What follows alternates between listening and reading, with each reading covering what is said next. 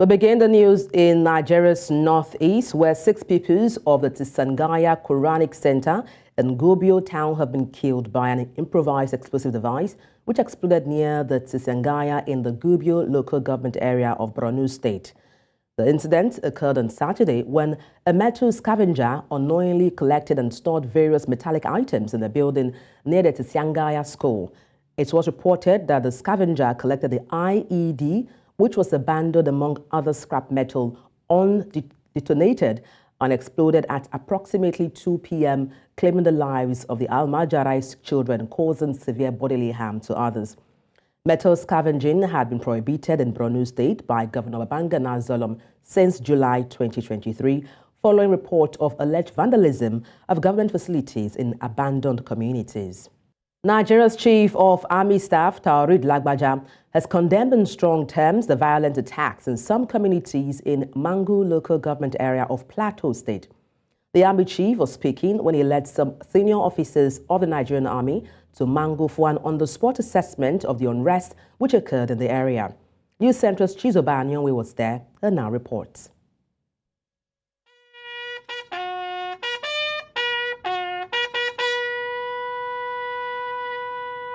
The recent attacks in Mangu, which took many lives and left many others injured, also left scores of houses, worship centers, business places, and other properties burnt.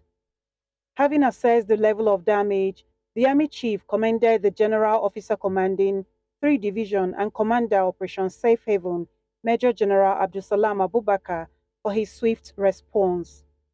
He had words for the troops on more efficient service delivery. To manage any crisis or conflict situation, it has to be a delicate balance of 3 major actors of the government, the people, and the military.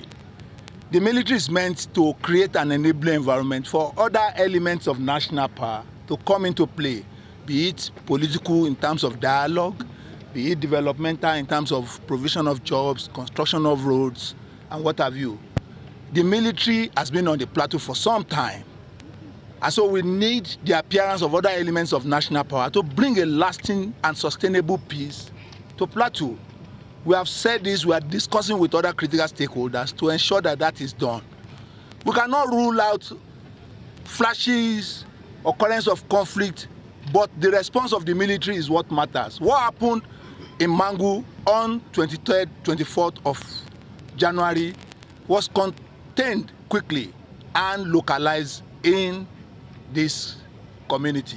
So I want to commend the troops for that. Just about 6 months ago, General Labaja was in Mangu to commission this step-up command of Operation Safe Haven. He was again here on the plateau on the eve of New Year with other service chiefs when violent attacks broke out in Bokos, Barkin Ladi, and same Mangu local government areas.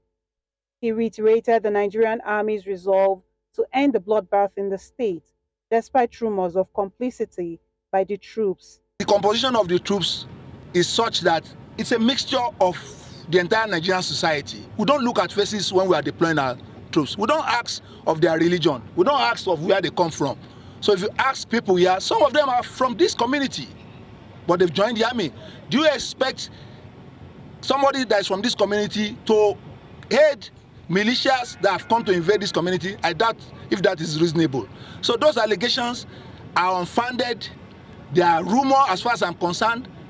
We have investigated, but we will leave our channels open so that in the event that lawful citizens, law-abiding citizens have complaints about the conduct of our troops, they can channel them to us and we will investigate and take appropriate actions. With the deployment of more troops and combat enablers, the Chief of the Army Staff is confident that maximum peace will be restored in the state sooner than later.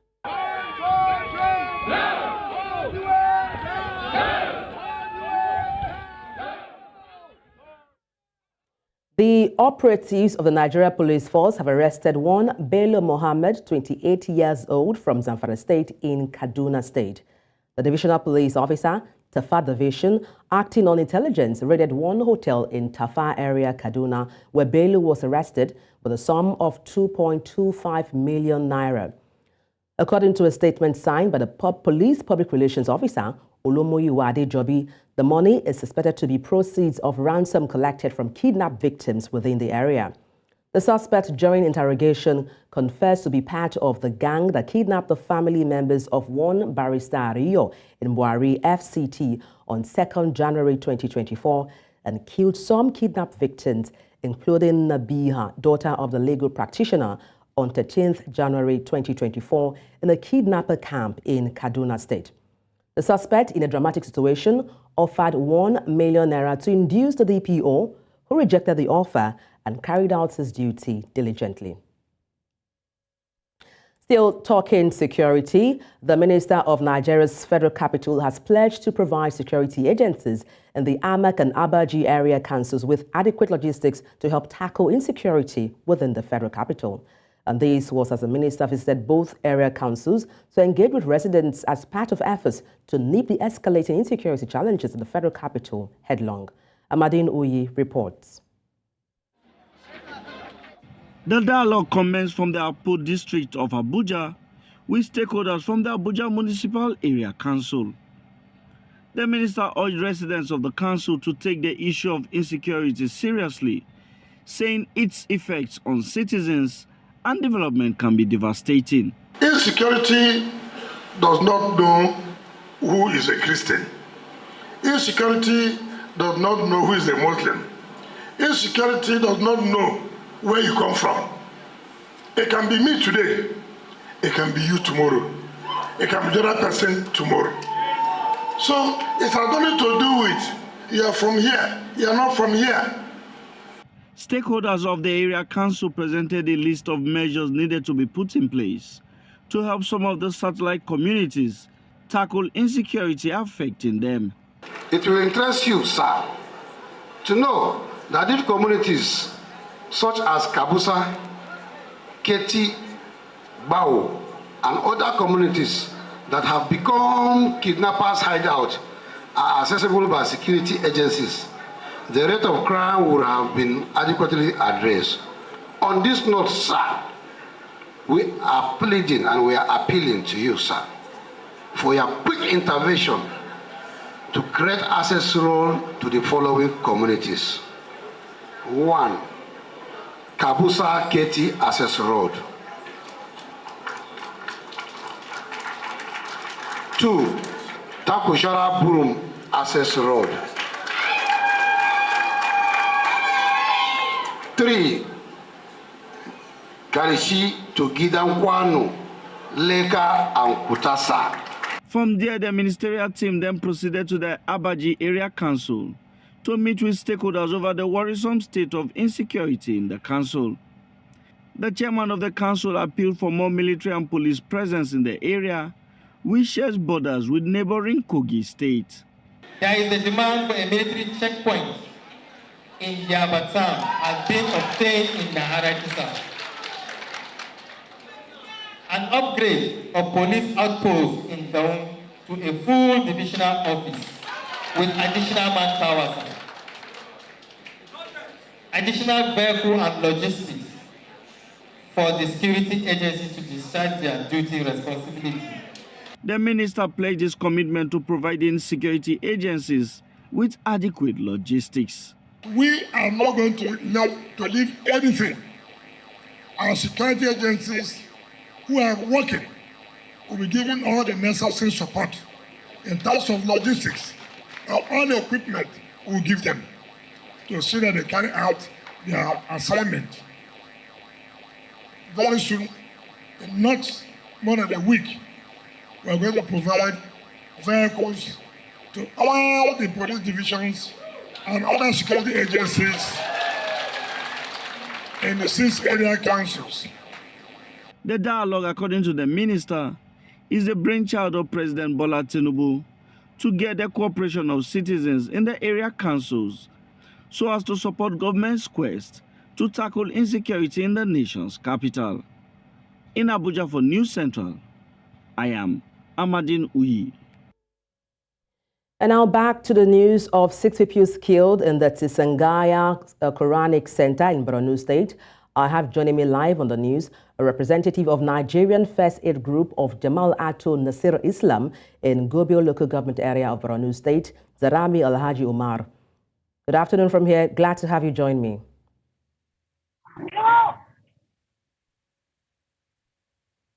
Good afternoon. Can you hear me? Yes, fine. How was yours? Okay, fantastic. Okay, let's get straight into it. Just give us, some updates regarding the explosion in the area, which led to the death of 6 pupils in the community. Okay. An explosive device mistaken for scrap metal goes up, killed 7 persons yesterday. An explosive device has detonated in Gubio town, the local government area of Borno State, which the incident took place yesterday, 27 January, when an unknowingly metal scavenger collected and from various metal items in a building at Tsangaya, which is formerly known as Alhaji. So little did we know that the inside scavenger was an explosive device which exploded at approximately 1 p.m. So claiming the lives of children and metal scavenger causing severe bodily harm. All right, Mr. Umar, these explosives were said to have been found during scavenging. I hope this is not another ploy by terrorists to launch attacks in the community. No. It's not like terrorist. It's just like the Alhaji, if went out to the farm, they will go and take in the scavenger. So the issue was happened like that. It's not from the terrorists. All right, thank you so much for your time on the news. Zarami Alhaji Umar, thank you once again. And now moving on to another story. To election matters, no fewer than 4,613,197 permanent voters' cards have been collected by voters for February 3 rerun by-elections in Nigeria. About 2,189,171 PVCs were collected by voters for the by-elections, while 2,424,026 PVCs were collected for the rerun elections. According to the Commission, 74 domestic observers and 1 international observer will observe the February 3 elections. By-elections will be conducted in 2 senatorial districts, that is, Ebonyi South, Ebonyi State, and Yobe State, 3 state constituencies, Chibok State constituency, Borno State, Chikun State constituency, Kaduna State, and Guma State constituency, Benue State. Similarly, elections will be conducted in 4 federal constituencies: Akoko Northeast, Akoko North Central, Northwest Federal Constituency, Ondo State, Jalingo Yoro Zing Federal Constituency for Taraba State, while Surulere 1 Federal Constituency for Lagos State, and Yari Shanga Ngaski Federal Constituency for Kebbi State. In Kogi State, Governor Usman Ododo has announced the appointment of Dr. Folashade Ayoade as a secretary to the state government. Ayoade, who was the SSG in the last 8 years of the immediate past governor, Yahaya Bello, is from the Kogi West Senatorial District. The governor also announced the appointment of Ali Bello as the chief of staff. Until his appointment, Bello was Yakubu Adanege, who is now the Auditor General of local government. And now to infrastructure matters. The Minister of Works, David Umahi, has frowned at the flagrant misuse of the federal roads in Aba by the residents, transporters, and traders. The minister, who was in Aba to inspect the ongoing road project along Aba-Port Harcourt Road, said the only guarantee to the durability of the road is for people to desist from displaying their wares, loading passengers, and dumping refuse on them. News Centre's Chiwo Gele reports. In 2014, the government of Goodluck Jonathan flagged off the reconstruction of Enugu-Port Harcourt Expressway contracted to different construction companies with a 40-month completion target. Yet, 10 years later, the road is still under reconstruction. We'll just have just about 3 kilometers to finish this one, and then about 5 kilometers to finish the above-bound carriageway. The Works Minister, David Umahi, is satisfied with the pace and quality of work done so far by the contractor handling the portion between Abiatar and Alhaji. This is one of the best contractors I can boast of in this country. Their job quality is very, very high. We are in progress. As project manager, he just briefed me now. Before May, it will end up till the boundary. He is, however, displeased with the attitude of the road users in Aba. We wouldn't like, after the federal government has spent so much money constructing this road, you see people, loading on the road. You see people trading. I think half of the traders in Aba are having their, shops right on the main road, and this is very disgusting. But the people are the ones destroying the roads by themselves. Why Mr. President is passing through sleepless nights on how to solve the problems of a very bad inherited economy? Nigerians should support him. Nigerians should also support themselves. The dilapidated state of the road affected commuters, businesses, and the town in general, as residents share their feelings about the ongoing project. I'm very happy that today there is a great difference, and I believe that since the work has already started, it will also come to an end with joy. I thank God because these people, they are really trying. They are trying their best to make sure that they meet up before the rain season. One, however, wonders why a 56.1 kilometer stretch from Abiatar in Umar to Alhaji in Aba will take 10 years to complete. The cost of construction is very huge. When I came on board in August, construction was 500. The bitumen was 500,000 per ton, and today it's about 1.3 million per ton. The government is hopeful that the project will be of great standard to serve the masses upon completion. In Umar for News Central, Chinwe Ugele. You're watching the news on News Central TV. Let's take a short break. Stay with us.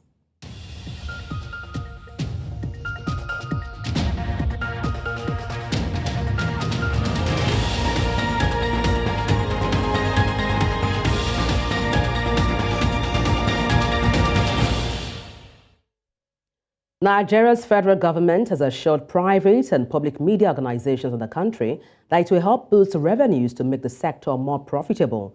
Nigeria's Minister of Information and National Orientation made it known while receiving a report on the nation's audience measurement system to provide valuable insight into the viewing habits of citizens, thus helping advertisers make data-driven decisions. Amadine Uyi reports. Nigeria currently has one of the largest media markets in Africa, being trailed by South Africa and Kenya. While the market has witnessed tremendous growth in the last few years, experts say it earns less than its counterpart in both countries. Despite our size, we're doing about $360 million in the entire Nigerian media market. And South Africa, with the population that is about 1/3 of ours, we're doing about 4 times of that. Our broadcast and advertising market is underperforming despite our huge population. And that indeed is also having a huge impact on the GDP, the contribution that the media industry is also having overall on our economy. Big as Nigeria is, our revenue profile is so negligible that even Ghana, Kenya, South Africa are doing 3 times, 4 times more. And we have more radio and TV and newspaper houses than all of these countries. The media houses, if I can tell you for free, it's the only channel that I think is making it. All others are still struggling. It shouldn't be. We have the biggest creative sector in Nigeria, and the economy grew from 2013 at an average of 5 to 6% based on the creative sector, which was not measured before. But while the creative sector is growing, the media, which it needs to grow upon, is becoming day by year in, year out very weak, particularly the television audience, and because there's no enough investment going in there. Nigeria's government in 2020 set up a task team to come up with an audience measurement system that will help boost revenues within the media sector and provide adequate data to help advertisers make data-driven decisions. The task team recently submitted its report to government.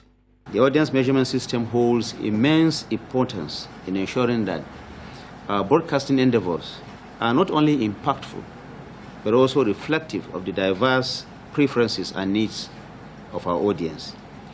It is a tool that empowers us to understand and respond to the dynamic nature of our media consumers, providing valuable insights into their viewing habits, content preferences, and engagement patterns. The Minister of Information, while receiving the report in the nation's capital, Abuja, says that it will catalyze economic activities in Nigeria's media space. By leveraging the data on audience behavior, preferences, and engagement patterns, we aim to facilitate a more conducive environment for economic activities within the media sector. This initiative, therefore, aligns with the present administration's commitment in the promotion of innovation, job creation, sustainable economic development, etc. He adds that the measurement system will help understand and respond to the diverse preferences of the Nigerian audience, providing valuable insights into the viewing habits of citizens. In Abuja for News Central, I am Amadine Uyi. And now to education matters. 1,000 orphans and other less privileged persons in the Jere local government area of Nigeria's northeastern state of Borno now have a cause to smile as they all receive a scholarship to write the university matriculation examination in Nigeria. Now, this offer was made possible by a federal lawmaker representing their constituency with an aim to support their quest to obtain a higher education degree. News Centre's Umar completes this report. The scholarship beneficiaries, comprising orphans and vulnerable persons, were selected to ensure that those facing the greatest hardships, particularly those whose parents were murdered during the Boko Haram insurgency, were given priority. They come from various backgrounds, including displaced persons camps and host communities. So if this initiative continues, many of us will get sponsorship, and we have a lot of students that have good career and backgrounds, but due to lack of money, so that's why many of them they are not getting sponsorship in their education and so on. Many people cannot offer 725 our JAM registration, but he promised to it if we get more score that or more than 200, so he will pay our registration for university.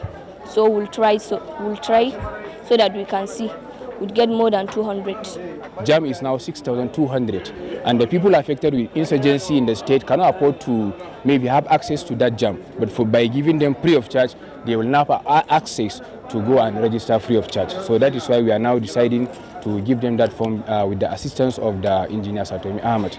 And all this is in line with the renewed hope of the President Bola Ahmed Tinubu, the President of the Republic of Nigeria, with the exemplary leadership of the Professor Bawana Umar, MNI FNSC, the Executive Governor of Borno State.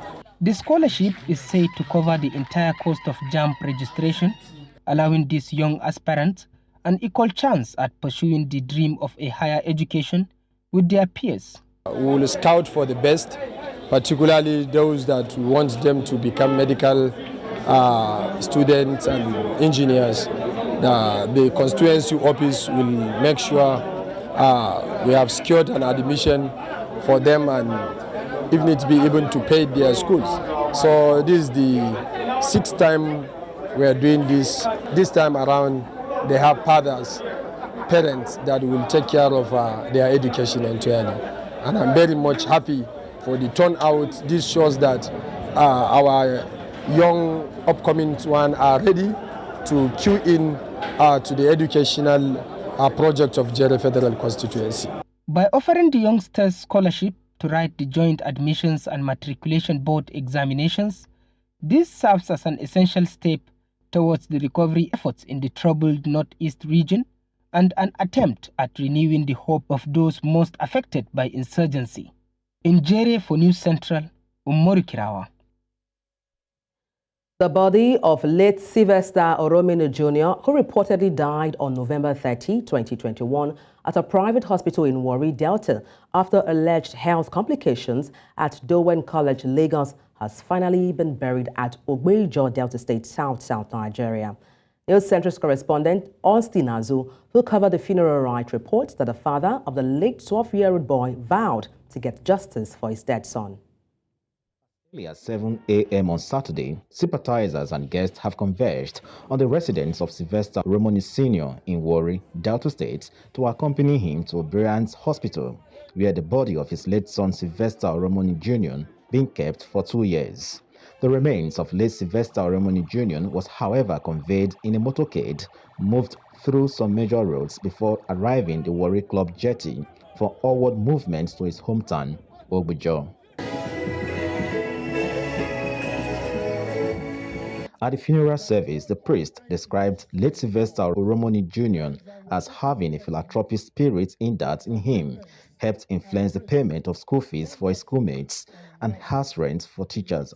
Prominent Nigerian lawyer and human rights activist Femi Falana, SAN, who eulogized late Oromini Jr., urged parents not just to see the death of their children as God's ways often, but to always investigate the cause of their death, irrespective of the circumstances. Very soon, between now and April, the coroner that conducted the inquest will come out with his findings, and we're very sure that justice will be done. Father of the deceased, Oromini Sr., was optimistic of getting justice despite the 2 years of investigating the circumstances that led to his son's death. Oh, I want Nigerians to know that this boy did not die natural death. They brutalized him, they poisoned him. So it's not a natural death. That's what I want Nigerians to know. When he died on the 30th of November, 2021, I saw the body and I promised him I'm going to fight justice for him for 30 years if God keeps me alive. 2 years and 2 months gone. The reason I decided to bury him now, because I've gotten the record of proceedings from the courts. I know that I can proceed from there. No matter the decision of this coroner inquest, I will still proceed from there. I've gotten the record of proceedings. That's prompted me to bury him now. Late Sylvester Oromini Jr., popularly known as Daddy, was born on the 4th of December 2009 and passed on 30th of November 2021 after alleged health complications at Dowen College, Lagos. In Warri for News Central, I'm Austin Azu. As one of the most populous countries in Africa, Nigeria's consumption capacity holds a great potential for the recycling industry. A Nigerian company is giving old tires a second life, turning waste into bricks, floor tiles, and even flip-flops. The report. According to a report by the Tire Industry Project, 1 billion end-of-life tires are generated globally every year, and an estimated 4 billion are currently in landfills and stockpiles worldwide. However, in Nigeria, one company is helping to reduce waste through recycling. Free Recycle is transforming old tires into paving bricks, floor tiles, flip-flops, and other goods, and since its launch in 2018, the company have recycled over 400,000 tires into new products. We've been doing our best to educate the general public on the need to embrace recycling. You know, there's wealth in waste. Most people don't know that, but I'm happy that quite a number of people have started identifying opportunities in recycling. If the depends on the trust of the company, if the product is okay, there's no problem about that. For bungalows, I don't think there is much risk in it. For bungalows, basically, you can play around with bungalows. But if you are raising the load beyond bungalow level, it may not be advisable. We need to welcome new innovation. So I will consider it, but with a proof. Probably I've had 1 or 2 people that have used that bricks from that same company that is introducing it from a tire, production. Then mixed with an adhesive that lets workers shape the waste into all manner of products, which is believed to have prevented more than 8,100 tons of CO2 emissions since it began. We are not only reducing the amount of tires that are being burnt in dump sites and landfills, and we all know that when you burn these tires, toxic fumes are released into the environment, which can then result in chronic health issues. We're also clearing out drainages. With tires and other solid waste in drainage, we usually see what happens. Flooding during the raining season, and then breathing ground for mosquitoes, which then causes malaria. The existence of diverse opportunities along the value chain indicates an untapped gold mine that not only contributes to economic growth, but also social prosperity and environmental protection. If correctly managed, efficient waste recycling can result in job creation, renewable energy generation, air and water quality improvement, among other things. In Lagos, for News Central, Bettina Nwili. Mali's junta has set up a committee to organize a national peace dialogue after it scrapped a key 2015 peace deal with northern separatist groups following months of hostilities. Algeria was the main mediator in effort to return peace to northern Mali, following the agreement signed in its capital in 2015 between the Malian government and predominantly Tuareg armed groups. However, the military-appointed head of government, Tsangaya Quranic, in a video posted on social media on Friday, said there will be no negotiations outside Bamako, as it would no longer go to foreign country to speak about its problem. The Algerian brokered deal had already begun to unravel last year when fighting between the separatists and Mali government troops broke out in August after 8 years of calm. And coming up, Burkina Faso receives tons of wheat from Russia. We'll bring you details of these and more when we get back. Stay with us.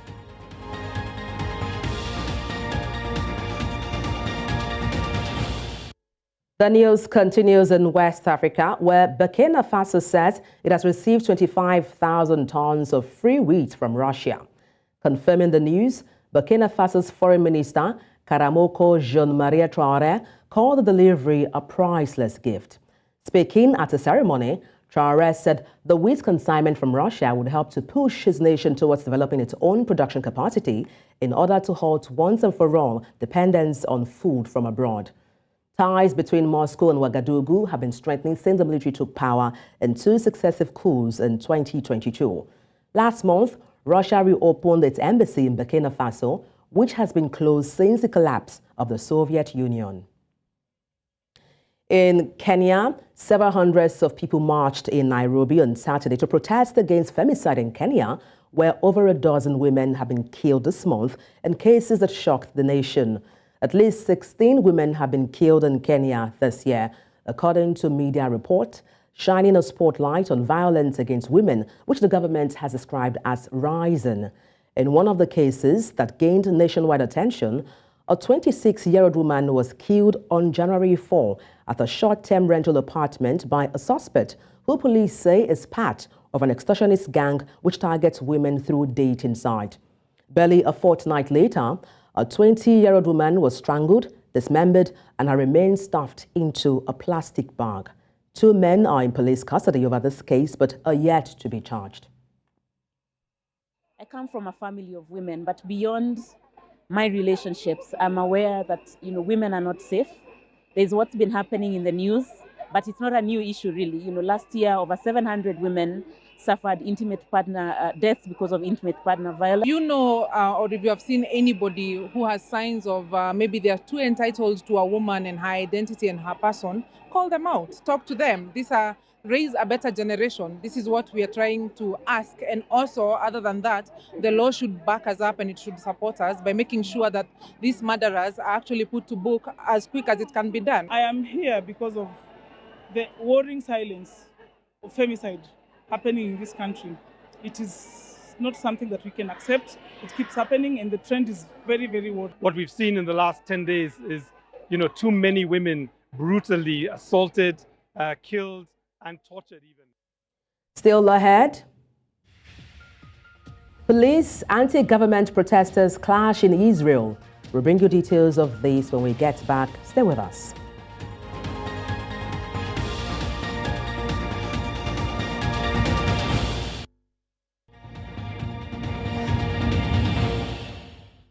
Away from the African continent, Israeli police and anti-government protesters have had a face-off outside the Ministry of Defense during a protest calling to end the war. The protesters believe Prime Minister Benjamin Netanyahu is not the right leader to lead the war against Hamas as the young soldiers continue to be killed every day as fighting intensifies. המסר שלי שהאיש הזה צריך לעוף לכל הרוחות כמו שכתוב פה. הוא צריך ללכת, הוא נכשל, הוא מסוכן, נורא, הוא צריך ללכת אחר כך כל השאר. איזו שאלה, לא רק למשוך את המלחמה, גם לא לשחרר את החטופים כדי שיהיה עניין לענות בו ויתעסקו עם כל מיני דברים ולא איתו. זה כל מה שמעניין אותו. שום דבר אחר לא מעניין אותו. אנחנו קוראים להדחת נתניהו.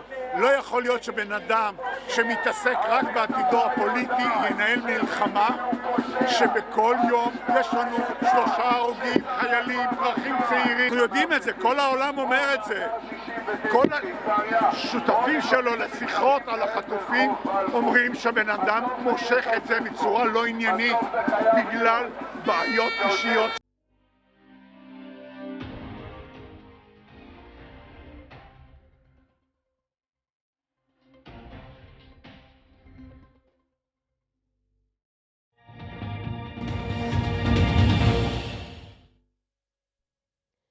Delta State has won the Safest State Award for oil and gas investment in the country at the Nigeria Oil and Gas Forum and Award Night.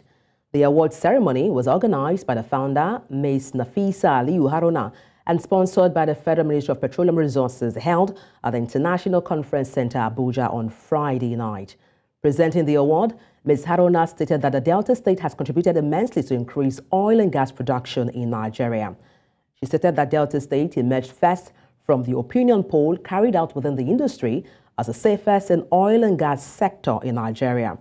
Receiving the award, Delta State Governor Sheriff Oborowori thanked the organizers for the well-deserved award, saying the state government remained irrevocably committed to ensuring peace and sustainable development of the state. The impact of Nigeria's harsh economic situation is being felt across all strata of the society. However, there is no doubt that those on the lower rung of society are feeling the pinch more than others. The poor who do not have commensurate measures to meet their needs are at their breaking point and trying to make ends meet. In this report, News Central's Chinwe Ogele tries to find out how low-income earners are surviving the country's economic realities. In the civil service, private service, informal service, they receive salaries monthly or weekly to extra from daily sales. Some are married with children, others are single but still with commitments and must struggle to pay their bills. They say that what sets them apart from others is having other streams of income. As human beings, we are meant to survive. I kind of have a second option where I get little peanuts from there to support my job. And it's not as if that is enough, but at least it's better than nothing. For me, I think we need to urge the government to integrate the average Nigerian into skill empowerment, getting a handwork to sustain whatever they are getting in addition. Income earners should look inwards and see how they can combine whatever they are doing with other paying jobs. Not only low-income earners need to have multiple incomes, as the present economic situation in the country requires everyone to have an extra gig to handle one's financial duties. You can do a lot of things. You don't just have to wait or depend on one source. That one source could be a monthly salary, but there are other things one can do. The government need to make skill empowerment a priority for us to go further in this country. Even I that have a second option, it's even difficult for me. So I wonder how someone that has one job survives, especially when you earn below 50 and you have kids and you have family and you have responsibilities. I don't even know how those kind of people survive. It's one of the things that the government has really been passionate about, to ensure that every citizen of society of Abia State has value, are able to provide for themselves economically and stand independent. As much as skill acquisition is the better alternative now, there are still people who cannot do any skill given their physical challenges, and so must depend wholly on the much they earn from the white-collar jobs they do. In Umar Central, Chinwe Ugeli.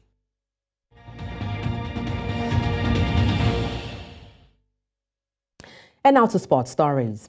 In the world of sport, the Super Eagles on Saturday progressed to the quarterfinals of the ongoing... And my boys. One time more, he didn't suffer goals. Today, you scored 2.